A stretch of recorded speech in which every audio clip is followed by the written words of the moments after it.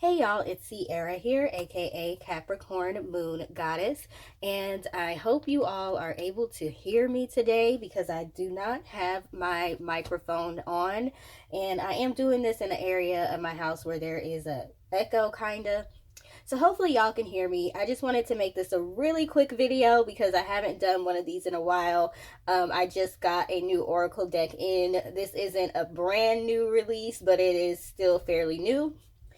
This is the Oracle of the Roses by Sherilyn Darcy. And I do have a few of her other flower or floral decks as well.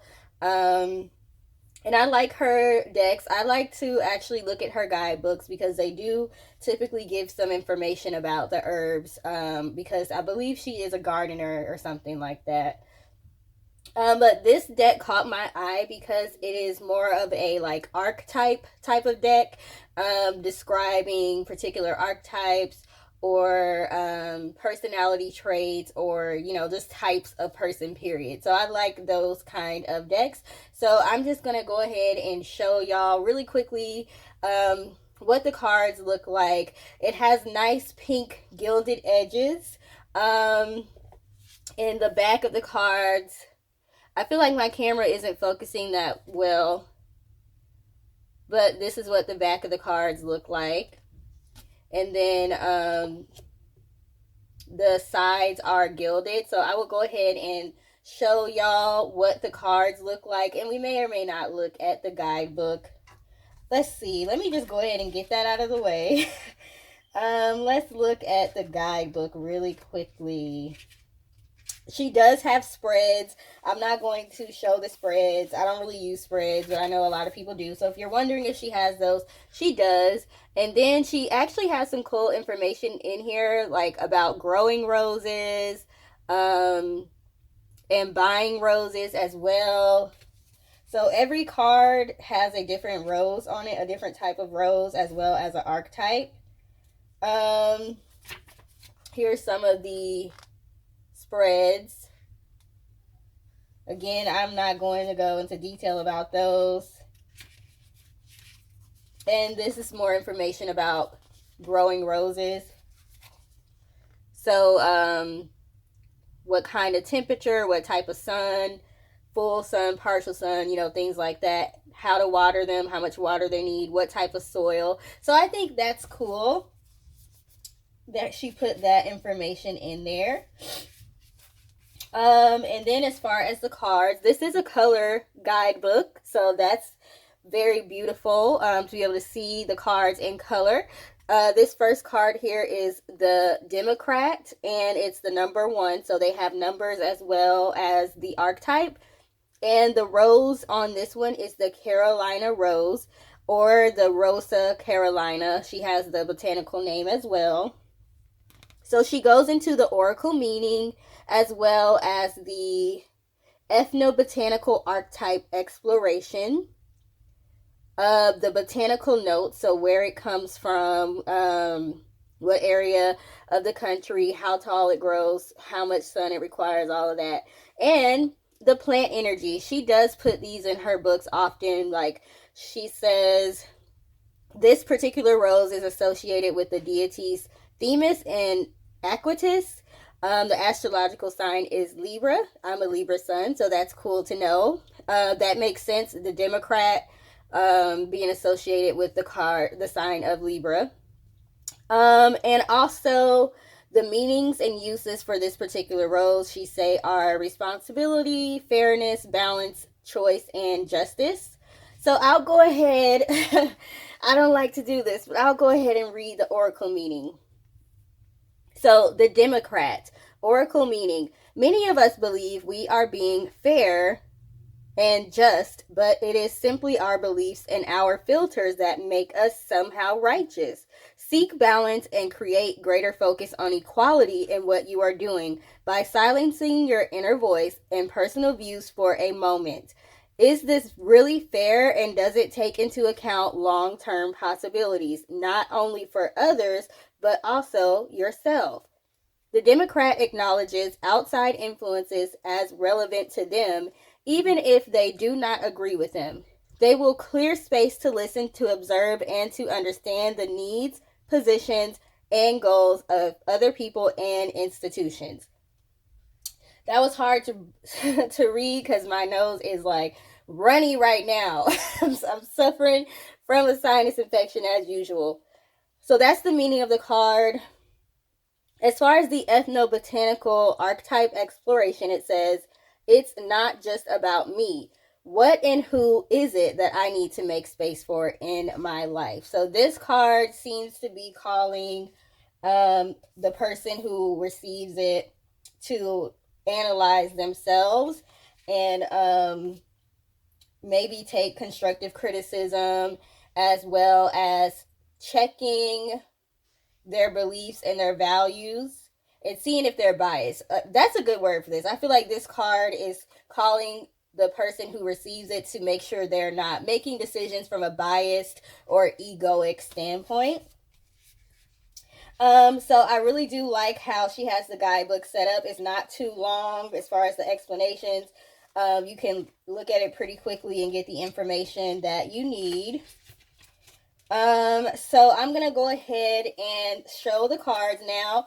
I'm not going to read them all out. I am just going to show what they look like. So please feel free to pause the screen if you want to see a particular card. If I'm going too fast and you can't see what it says, please feel free to do that. And that's going to be it. So I can't wait to take the time to use this deck, but I wanted to show y'all before I use it. So if you do like this deck, please feel free to let me know in the comments. If you have it and you've already been using it, please let us know how you like it. And I will see y'all on the next video. Bye.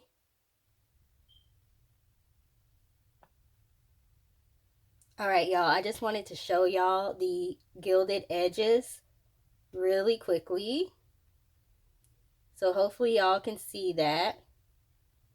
It's like a nice pinkish fuchsia, almost red, but not quite red. More so of a really dark pink. This is beautiful. I would hate for this to actually chip, but it is possible with gilded edges for that to happen. So before I used it, I wanted to show y'all this, what the edges look like. And then this is the backs of the cards. All right, so now let's take a look at each individual card.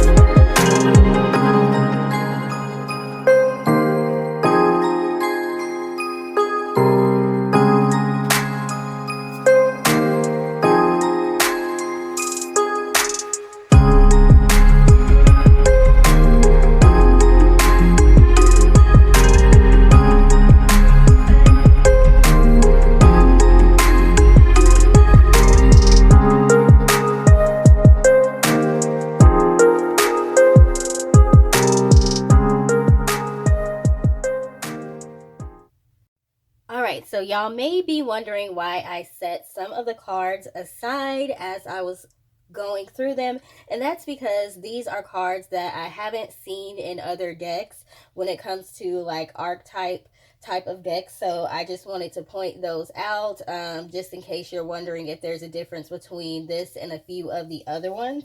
So one of the cards is the Outsider, the Sensualist. I feel like this probably took the place of the Prostitute. A lot of other archetype decks will have a prostitute card. So I feel like maybe the Sensualist is taking the place of that because they don't have that in here. And I haven't seen a card that talks about the self. The self, in an archetype deck. Not saying there aren't any. I just haven't seen them yet. The Giver,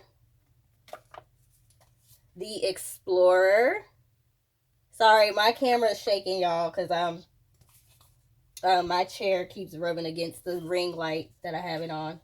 The Mystic. I haven't really seen this in an archetype deck. I've seen it in other decks, but I don't remember seeing a Mystic card. I've seen the Magician, and things like that. So I thought that was interesting. We have the Creator. I like this because this could be talking about somebody's higher power, like God or something like that, as far as a creator, or it could be talking about somebody who is creative, kind of like the Empress type of energy. We have the Gardener. Again, I've seen this in other decks, but not necessarily a archetype deck. The Pioneer. Now, I wonder what the difference is between the Explorer and the Pioneer, but I feel like Pioneer has more to do with actually being a starter, like starting things, and an Explorer may just be somebody that that's curious. And they may discover things, but a Pioneer, I feel like, is somebody that will start something. And then we have the Scientist. I am excited to see this card. I am studying right now. I'm studying, what is it called? Epigenetics and the subtle body and sound healing, things like that. So there's a scientific element to all of that stuff. So I'm excited that they have the Scientist card here. I haven't seen another deck that has that. So just wanted to point out some of my favorite cards in the deck, and it's not because of the flower that's on it. It's more so because of the actual word. And actually, look at this. This is the numero uno 2, I believe. Is it 2 or is it 11? I think it's 11. So this is not Roman numerals. This is just 11. My life path number is 11. And I am really into science. So I think that's really cool, that I'm finding that synchronicity already in this deck. So again, if you all like the deck, please feel free to let me know. Also, I wanted to let you all know that I do have some new products. I have rose oil that I created, as well as rose hydrosol spray. And I have a rose candle that I created as well. I don't have the candle with me right now, so I will go ahead and link a picture. But I made these items to go into my smudge kits. I have rose, Palo Santo, frankincense, myrrh, white sage, sweetgrass, all of the things, cedar, the things that people like to smudge with. So I will put a picture of the kit. It comes with a candle, it comes with a spray, it comes with an oil, and it also comes with something to smudge with, or a botanical or a flower. So the flower ones, the rose ones, will come with these pressed flowers. The white sage ones will come with, white sage leaves. Just to give you an example, so I'll put a picture up on here. Shameless plug, y'all. Shameless plug. So, rose is one of the highest vibrating essential oils. It has one of the highest frequencies, and the other one that's pretty up there is oud. So, I feel like it's perfect to have this nice rose oracle deck all about roses, and I just feel like it's a high vibration deck just because that is what rose is all about. And it goes perfect with my rose candle. So the next time I do a reading, I will use this deck and I'll have my rose candle lit, and it's just going to create a whole vibe. So again, if you made it this far to the end of the video, thanks for watching. Please like, share, and subscribe if you feel called to do so. And I hope you have a great rest of your day. Bye!